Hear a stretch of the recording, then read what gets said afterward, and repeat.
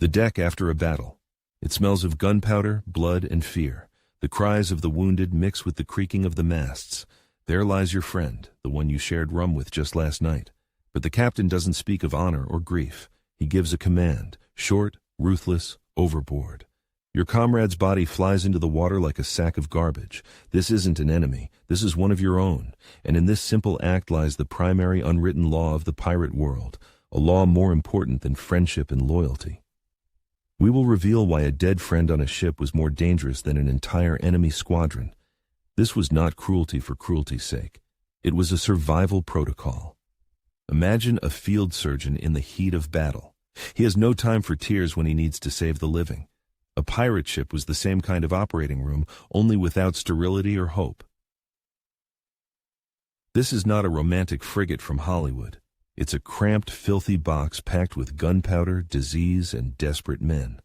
The average pirate career lasted 2, maybe 3 years. These men created their own codes. They voted for their captain. They divided the plunder equally. But they threw fallen comrades overboard without ceremony. It seems senseless. The answer lies in the ruthless economics of survival. A dead man on board is a non-performing asset. He takes up precious space, where each living person had less room than in a modern prison cell. To understand this law, we must pick 3 locks on a dead man's chest. The first is the biological threat. The second is the psychological war with oneself. And the third is a strange blend of superstition and legal necessity. The first lock is the fear of dysentery and typhus. The second is what we now call PTSD. The third is an attempt to deceive both the king's laws and the laws of the sea itself. And we will start with the deadliest of all, the invisible enemy present on every ship, an enemy that killed more sailors than all the cannons and cutlasses combined. Naval historian Nicholas Roger calculated that in the 18th century British Navy, for every 1 man killed in combat, 80 died from disease. A dead body on deck was not just a reminder of mortality, it was a Trojan horse. Inside it sat an invisible army of microbes, ready to conquer the ship from within. A pirate ship in the Caribbean was not a ship. It was a perfect petri dish. At a temperature of over 85 degrees Fahrenheit and nearly 100% humidity, a body begins to decompose at a monstrous rate. A process scientists call autolysis, the self-digestion of cells, kicks in. The body becomes a bioreactor, producing pathogens on an industrial scale. And this reactor runs non-stop, day and night.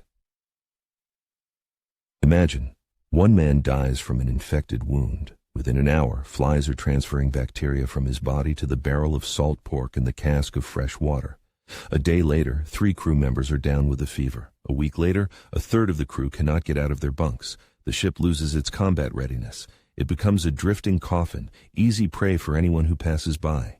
Tossing a body overboard isn't cruelty. It's an amputation that saves the entire organism. It's like extinguishing a single spark in a powder magazine. Paradoxically, the drinking water on board was often more dangerous than diluted rum. The alcohol in grog killed some of the microbes. Contaminating a single barrel of water could destroy a crew faster than a fire racing up the tarred ropes. Now, feel this. The temperature is 95 degrees. The humidity is almost 100%. You share a cramped, stuffy space with 50 other men, and in the middle of this hell lies the body of your friend, which is beginning to change. At some point, the self-preservation instinct starts to scream louder than grief and loyalty. This is the reality of piracy. The smell isn't just unpleasant, it's a chemical attack. The body releases gases with telling names, putrescine and cadaverine. These are chemical danger signals, developed by evolution to make the living flee from the dead. Your brain is programmed to be repulsed by this smell for your own survival. But hygiene and the fear of disease are just the tip of the iceberg. That's the logical, almost medical explanation. Pirates got rid of bodies not only to save their physical health, but also to save their sanity. A comrade's body on deck is a memento mori, a skull on everyone's table. Many sailors held a superstition that a corpse on board attracted a dead calm, and in the age of sail, A calm was equivalent to a slow death from starvation and thirst. Thus, the practical fear of an epidemic mixed with an irrational terror of fate itself. Every day, you gamble with your life. To keep from going insane, your psyche builds a wall of denial. You have to believe the bullet will hit someone else, that the cutlass won't find you. The body of a dead comrade on deck is not just a body. It's a hole in your wall. It's visual proof that your belief is a lie. To remove the body is to patch that hole, to reboot the entire crew's mentality. Modern psychologists working with special forces call this reality management. Morale on a ship is a fragile soap bubble. A dead friend is the needle. The captain's job is to remove the needle before everyone sees how thin that bubble is. It's the same as a field hospital. Emotions are a luxury that costs lives. On a pirate ship, the role of the surgeon was often filled by the carpenter. He had the sharpest saws for amputations. The survival rate for such an operation was below 25%. This man saw death every day. For him, as for the entire crew, emotional numbness wasn't a choice. It was a professional requirement, the only working strategy to preserve one's sanity. Now look at it through the eyes of a captain, a man like Blackbeard. To him, the crew aren't brothers, they are a resource. A living pirate is a combat unit. A dead pirate is not just one less cutlass. He is a virus of fear that can infect the others. His command overboard isn't cruelty, it's risk management.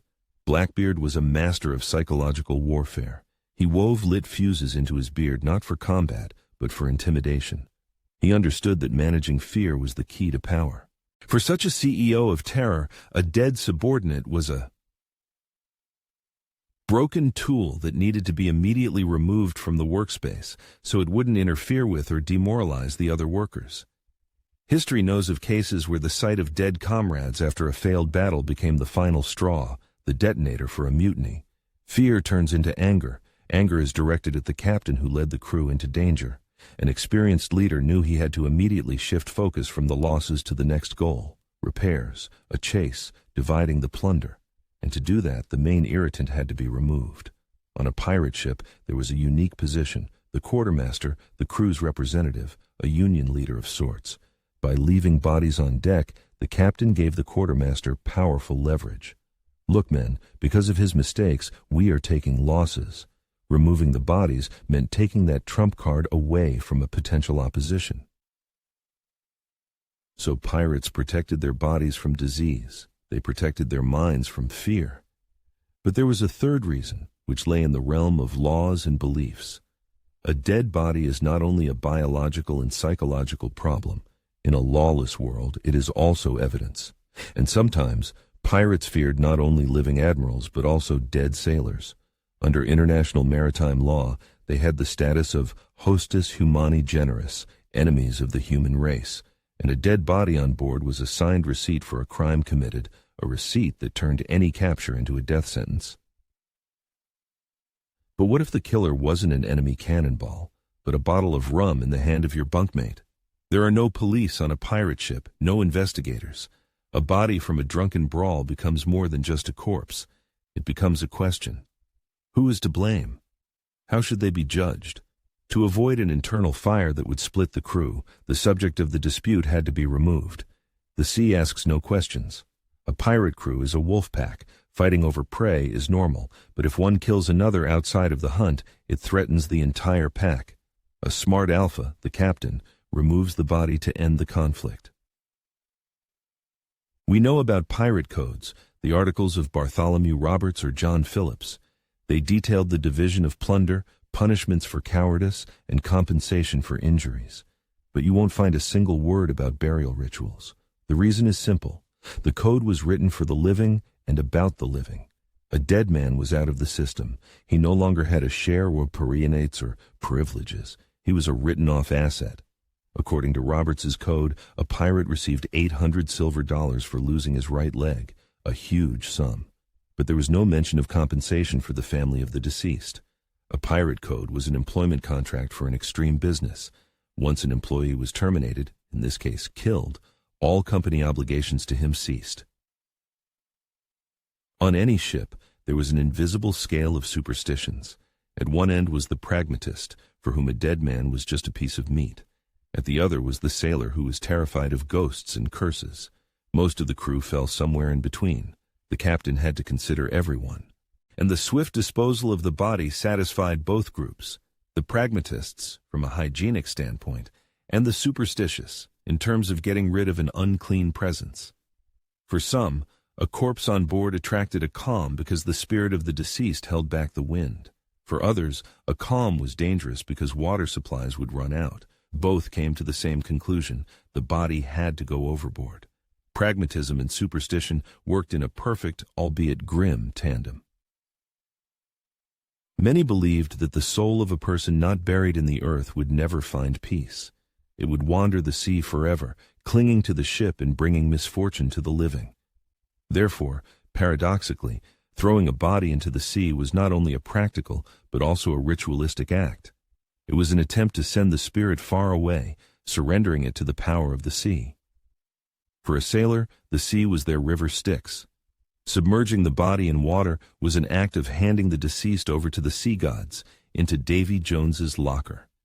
It was a brutal but necessary form of burial, a paradoxical way of showing care. Pragmatism, psychology, superstition. It seems a dead pirate had no chance of being treated with respect.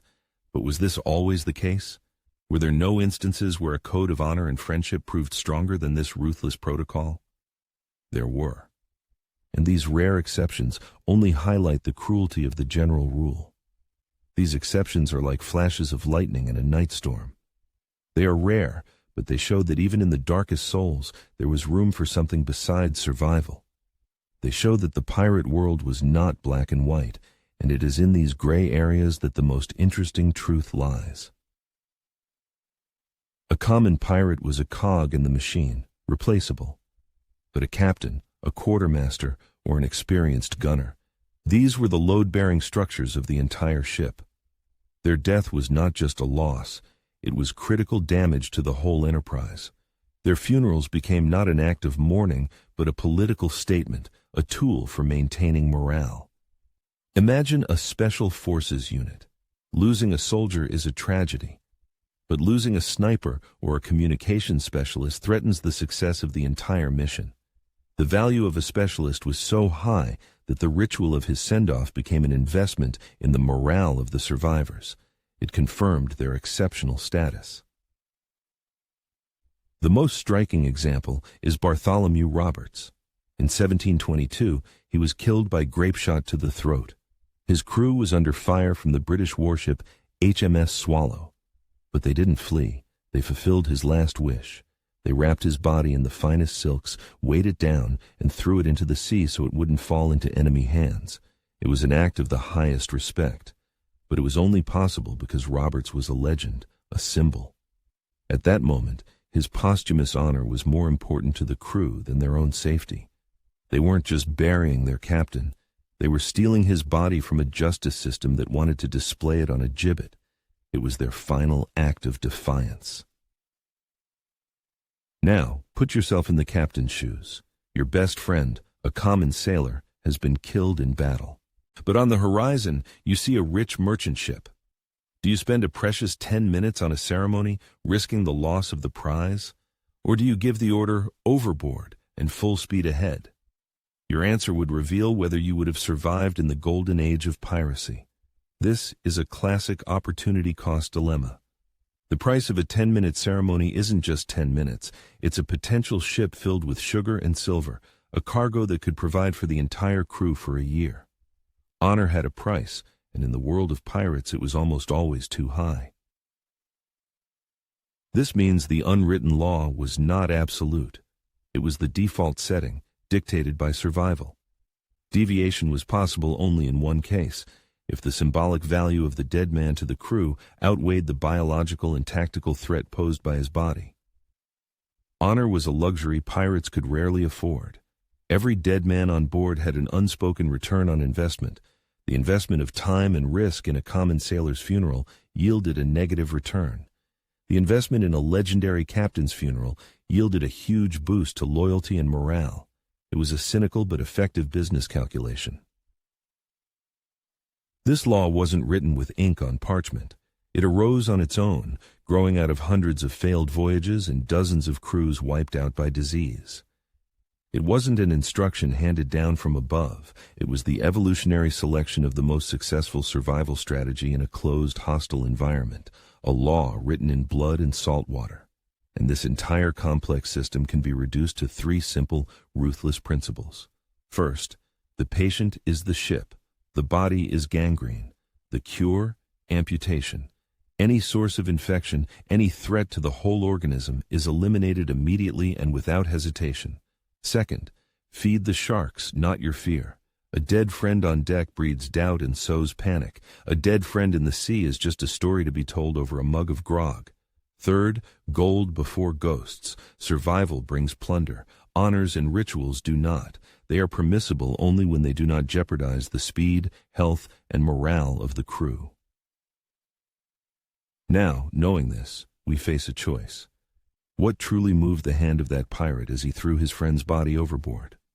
Was it cold, calculated pragmatism forged by experience and logic? Or was it a primal animal fear, fear of microbes, of the calm, of death itself? The philosopher Thomas Hobbes would have called this the state of nature, a war of all against all, where life is nasty, brutish, and short. A pirate ship was a floating model of his world, so which was it? A rational way to order chaos or an instinctive reaction to horror?